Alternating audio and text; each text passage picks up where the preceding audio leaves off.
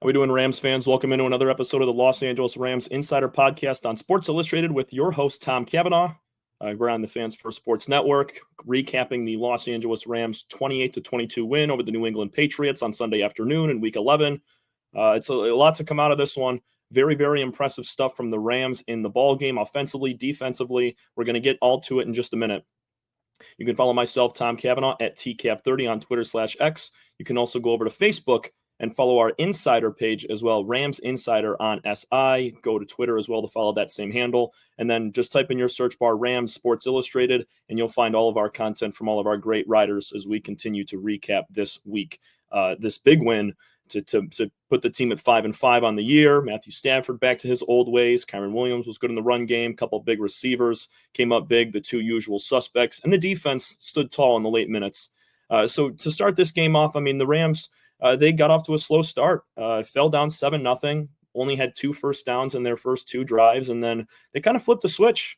They were able to come through with back-to-back touchdown drives, followed by a missed field goal to end the half from Josh Carty. So a 14-10 lead going into halftime for the Rams. Matthew Stafford looked great. He was hitting on all cylinders, finding receivers all over the field. His 2 main targets on the day were Puka Nacua and Cooper Kupp.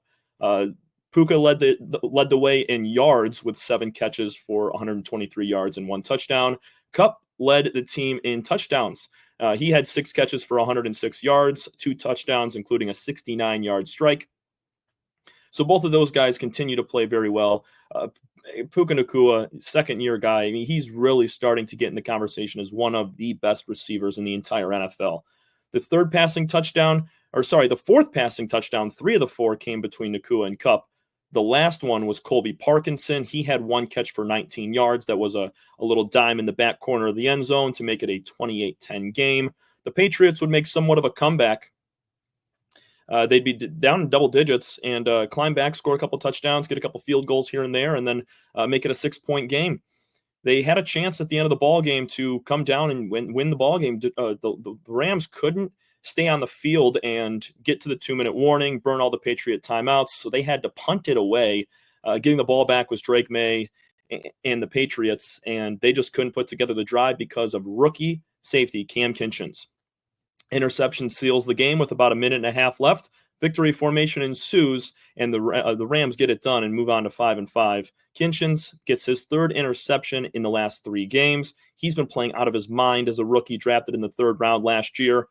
Quentin Lake, Christian Roseboom were the 2 top leading tacklers with 11 apiece. Quentin Lake had a pass deflection. There were 8 pass deflections amongst the entire defense for the Rams, and they created a lot of pressure on quarterback Drake May. May was sacked 3 times, but flushed out of the pocket multiple, actually a lot more than you'd think. He only ran for 27 yards on 3 carries, so when he did run, he was limited. Did not break out for any big plays. Ramondre Stevenson, the running back for the Patriots as well, didn't have that great of a game. He had 73 yards on 20 carries, but when they only rushed for $125, they still threw for 282. The Rams did just enough to win the ball game. They had 2 big turnovers. We mentioned the Kinchens interception at the end of the game, but then also a strip sack fumble recovered by Kobe Turner. It was Braden Fisk who had the sack and the strip, and it was Turner to pick it up for the turnover.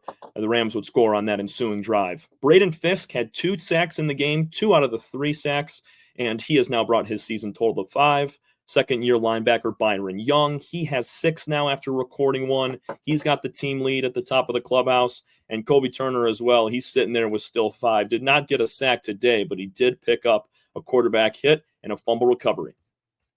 All around, it was a great game for the Rams.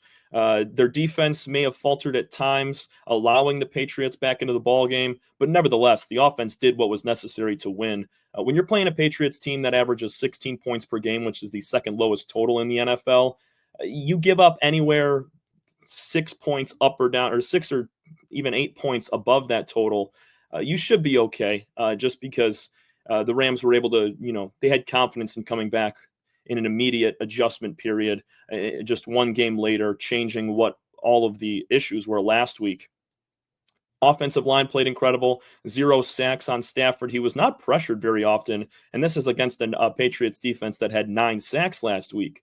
So you don't have two of your best O linemen in, and Rob Havenstein, the captain. Joe Noteboom was out, so Warren McClendon stepped in. Bo Limmer was their center, and having Steve Avila and Jonah Jackson has proved to be very beneficial. They needed just a week last week to kind of uh, get back on the train here because they'd been out for a long time and just needed to see some live action. But they got back to it and played very well, as you can see in the scorecard. Just because the Stafford was never sacked or really pressured, he was sacked 4 times last week, and I think that's why he was able to throw for 4 touchdowns and nearly 300 yards. Is because he had the time. He could see Kupp and Nakua working across the field, utilizing them in the out routes in the middle of the field. That's where Kupp was able to break out for his 69-yard strike, just a slant over the middle, snuck by the safety, and went gone for the score. So Matthew, he's still playing incredible football, even in his 16th season, just doing it at such a consistent clip. As we mentioned earlier, second game in the last 4 that Stafford has thrown 4 touchdowns in. And he's really, really coming into his own, along with some of these new players like the Kyren Williams, like the Puka Nacua.